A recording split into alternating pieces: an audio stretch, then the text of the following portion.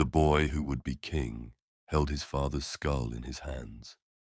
He turned it slowly, running his fingertips across the contours of skinless bone. A thumb, still browned with field dirt, traced across the blunt ivory pegs of the gap-toothed death smile. He lifted his eyes to the stone shelf where the other skulls sat in silent vigil.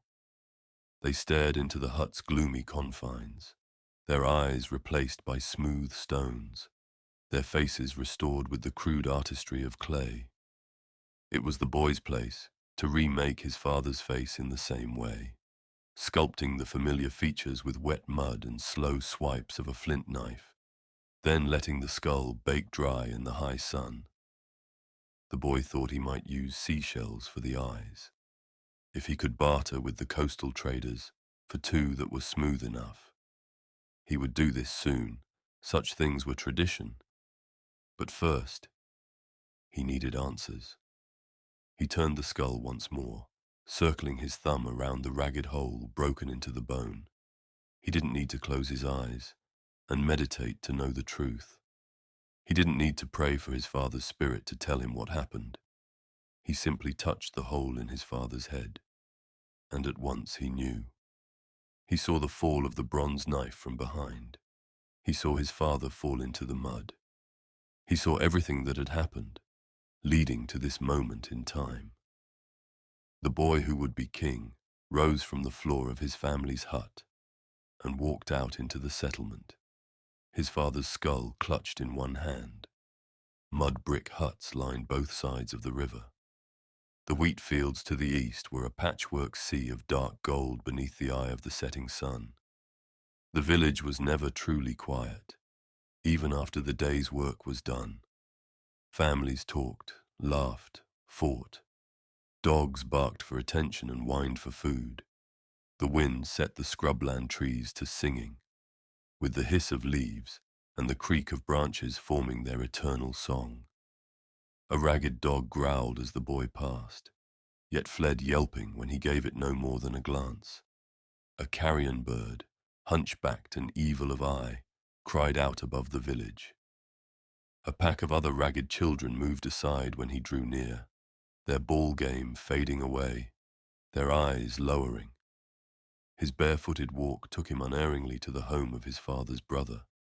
The man, darkened and hardened by his years in the fields, was sat outside the mud brick hut, threading beads onto a string for his youngest daughter. The boy's uncle uttered the sound that meant the boy's name.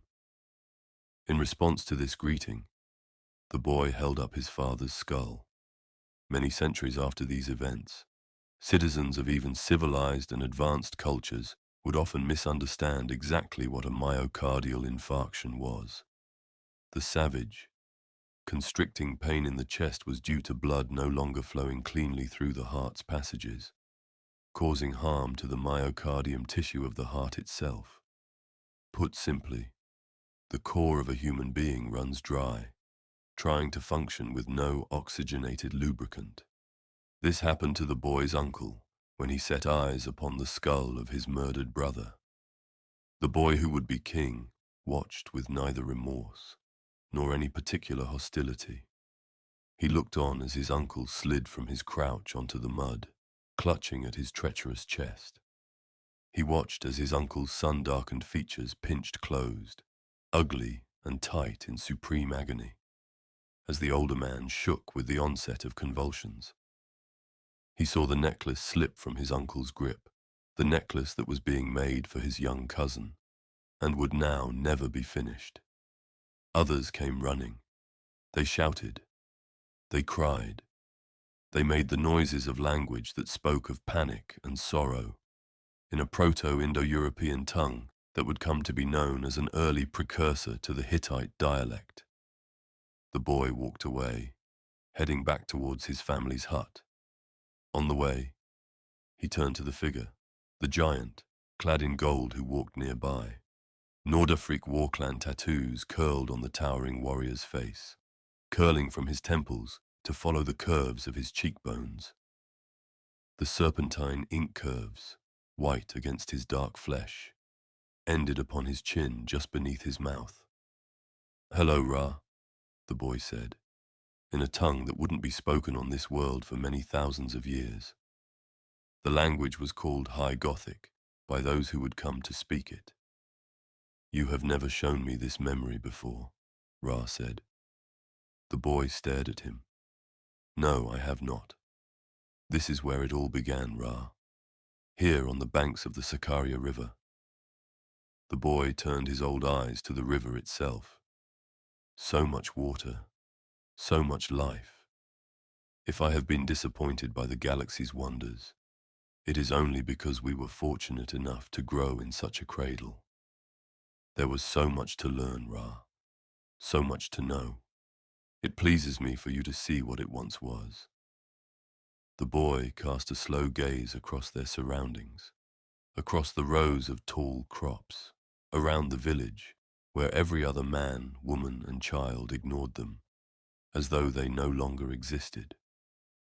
This is where I spent my youth, working the soil, bringing life from the ground. The custodian inclined his head, causing the servos in his collar to purr. I have given you my report, sire. Why do you keep me here? So I may illuminate you, the boy replied, speaking with a patience that bordered upon the preternatural. You watched that man die, did you not? Ra looked back over his shoulder, where the village folk were gathered around the fallen man, weeping and comforting in a loose, unwashed herd. I did. That was my uncle, my father's brother. You killed him, the custodian said, without judgment. Yes, he struck my father from behind, with a piece of sharpened bronze too poorly made to even be called a knife. Men had killed one another for generations before my birth, but this was the first slaying that had resonance to me, that changed my existence. It was illuminating. He paused for a moment, following Ra's gaze back to the noisy villagers. The very first murder was also a fratricide, he said, without emotion. Thousands of years before this, when men and women still owed as much to apes as to the form we know now. But it is curious to me. Brothers have always killed brothers. I wonder why that is.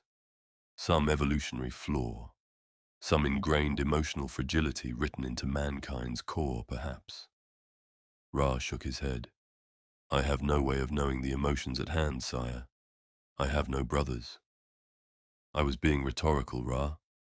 The boy took a breath. This night was significant, not for the murder, but for the deliverance of justice. For my uncle's deed, I stopped his heart's function and forced him to die. In eras to come, this will be called the lex talionis, the law of retaliation, or more simply, an eye for an eye. It is justice itself. Hundreds of human cultures through time will embrace it. Some will do so out of brutality, others from ideals they believe to be fair and enlightened. But it is a precept that runs through the marrow of our species. Ra pulled his gaze away from the weeping humans. He heard his sire's words. He knew the history and philosophy behind them, but the reason for them yet eluded him. His doubt plainly showed on his face, for the boy inclined his head in recognition. I told you that this is where it all began, the boy said. Culture, the warrior replied. Civilization? The boy's momentary silence told Ra that he had guessed wrong.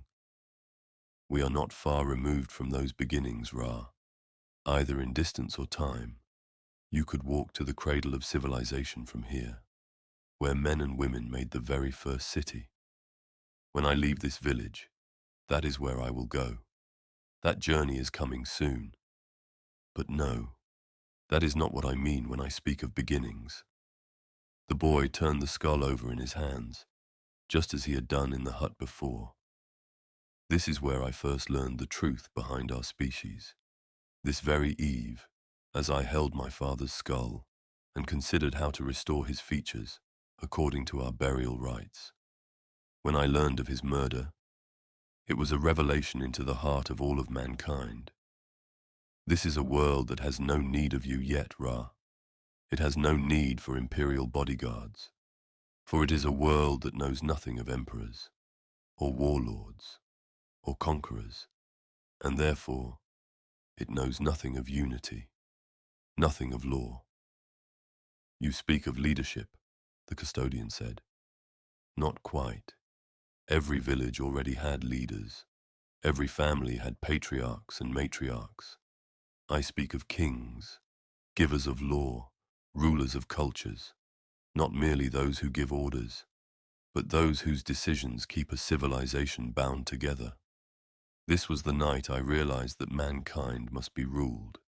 It could not be trusted to thrive without a master. It needed to be guided and shaped, bound by laws, and set to follow the course laid by its wisest minds. Ra breathed in the humid air of a land that knew nothing of the ravages it would suffer in the centuries to come. He smelled the sweat of the workers, the minerals in the river water, feeling his blood sing at the sensation of a truly unspoiled world. He didn't admire the crudeness of a people that lacked all but the rudiments of technology, but he felt awed at the species' humble genesis. To think that the emperor, revered above all, had risen from such beginnings. He looked the boy in the eyes, meeting that dark and knowing gaze, and spoke with a suspicion that curled the war clan tattoos on his cheeks into a slight smile. Did this truly happen, sire? Were you really born here? The boy who would be king turned the skull over in his hands, his voice already distant with distraction. I shall barter with the coastal traders that come at the high moon. I will use shells for my father's eyes,